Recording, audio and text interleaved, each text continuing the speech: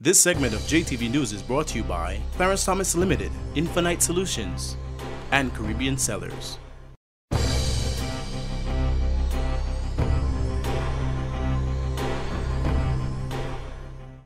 Trinidad and Tobago now rivals Jamaica as the most violent country in the Caribbean, with the number of annual murders rising sharply from 98 to 550 over the last decade, and some areas in the Port of Spain Police Division being listed among the most dangerous in the world. This is the finding of a new United Nations Development Programme draft report on human development and citizen security in the Caribbean, which noted, among other things, that the murder rate of Port of Spain was compared to that of Baghdad. The report also cites information stating that illegal guns are being rented for robbery and murder for as little as $100 an hour. The report, which is expected to be released later this year, now draws on the most comprehensive data on local gangs collected by the Crime and Problem Analysis Branch of the Police Service. An excerpt from the draft 2011 UNDP report obtained by the Sunday Express pointed to evidence of some 95 gangs operating in Trinidad and Tobago, majority young adults between the ages of 18 and 45. Prime Minister Kamla Persad-Bissessar vowed to win the war against the criminal elements as she announced the widening of the hotspot areas under curfew as part of the 3.5-week-old state of emergency. Opposition legislators in St. Lucia on Tuesday walked out of the House of Assembly after a verbal clash with the Speaker of the House. The members of the main opposition St. Lucia Labour Party argued over the failure to elect a new deputy in accordance with the standing orders. Following papers standing in my name. Renegades!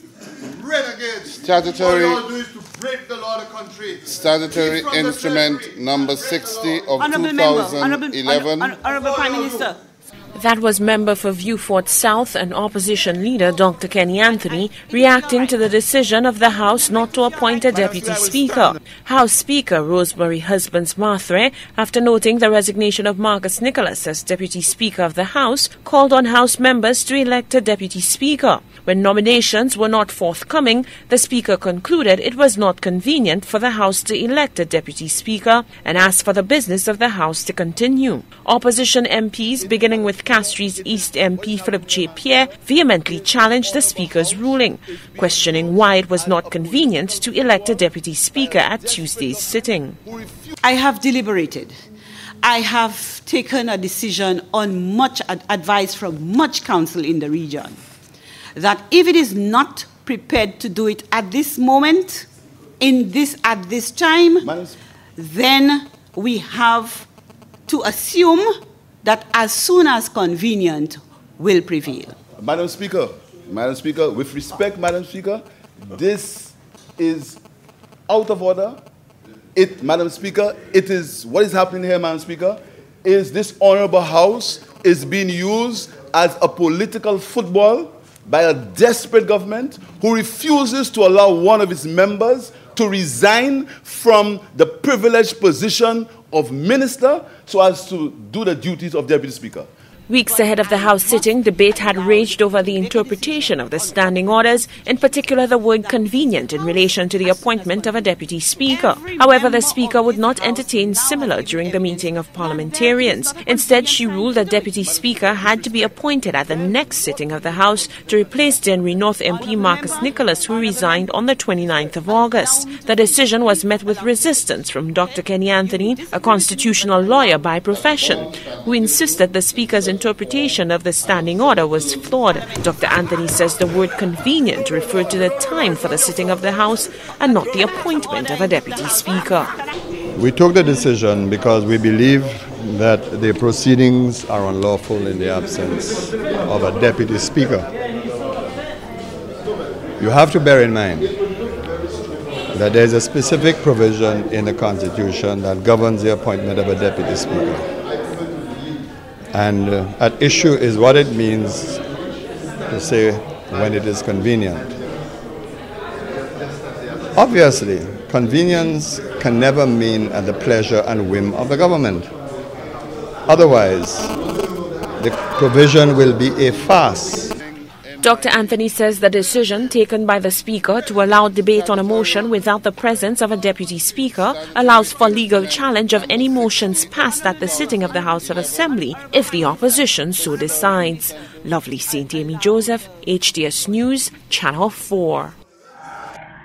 President Jack Deo said a preliminary report by the U.S. National Transport Safety Board into the July 30th crash landing of a Caribbean Airlines aircraft at the Chedi Jagan International Airport will be made public shortly. Jack Deo has brushed aside media reports that the airport conditions in Guyana were far from international standards when flight BW523 overshot the runway, breaking into two parts. Investigators have long completed their report into what caused Caribbean Airlines BW523 to overshoot the runway at the Chedi Jagan International Airport on July 30th, and a preliminary report has now been done. Guyana's President Barrett Jagdeo says the airport conditions in Guyana are not to blame for the crash. I've heard in some sections of the media that there are safety issues at our airport. Planes have been landing there for the past 70 years, and we have never had any such situation. Bigger planes have landed there. The L-1011 has landed there in Guyana frequently and safely. He says the visibility at the airport was also well beyond what was necessary for a pilot to land an aircraft safely. Visibility was 8 kilometers, so I see this repeated up to yesterday's paper had about rainy conditions. Visibility was 8 kilometers. I don't want to go into the details of the report, but it had nothing to do with the airport being too dark, which I've seen, the runway being too short, that the rainy conditions, the visibility was poor. The President says he cannot go into more of the report, which will be made public shortly. I don't think as a politician I should do that. I would allow the technical people to put out a report. But I just wanted to correct that impression, which I see has been peddled widely in the Trinidad media. The aircraft had left the John F. Kennedy Airport in New York and had stopped off at Piarco before continuing on to Guyana, where the crash landing occurred. China Vice Premier Wang Qishan announced that China would be providing $1 billion in loans to the Caribbean to support investment and development in the region. Wang was speaking at the opening of the 3rd China-Caribbean Economic and Trade Cooperation Forum in Port of Spain. As he earlier addressed the launch of the 3rd Caribbean-China Economic and Trade Cooperation Forum, the Vice Premier announced that China would be giving a $1 billion loan to CARICOM. China will provide $1 billion in loans of preferential nature to the Caribbean countries in support of local economic development. China encourages exchanges and cooperation between the commercial banks of the two sides. The China Development Bank will set aside $1 billion to be used as special commercial loans for infrastructural development. It was just part of a 6-point package he announced for the region, which will also include a grant to CARICOM. China will also make a donation of $1 million to the CARICOM Development Fund. Second, we will step up capacity building cooperation. China will provide no less than 2,500 training opportunities for the Caribbean. China would also be making dozens of scholarships available to the Caribbean and will also seek to enhance trade, tourism and agricultural ties between China and the Caribbean. There's also help coming with regards to warning systems for natural disasters. China will provide support in the building of seismic and tsunami early warning and monitoring networks and provide training on disaster mitigation and prevention. Prime Minister Kamala Persad welcomed the new initiatives on the grounds that the Caribbean remains vulnerable to the international economy. She says the government will also be looking at ways to strengthen ties with China, including opening an embassy in the Asian country. And as she asked the delegates to enjoy all of Trinidad and Tobago, she also warned, "But do remember, you have to be indoors by 11 p.m. China also signed a $5 million technical assistance agreement with the government of the Bahamas and a $4.68 million economic and trade cooperation agreement with Antigua. The government of Trinidad and Tobago also benefited from China in the form of a grant in the amount of 40 million won. I take the opportunity to thank the government and people of China for the grant of 40 million yuan.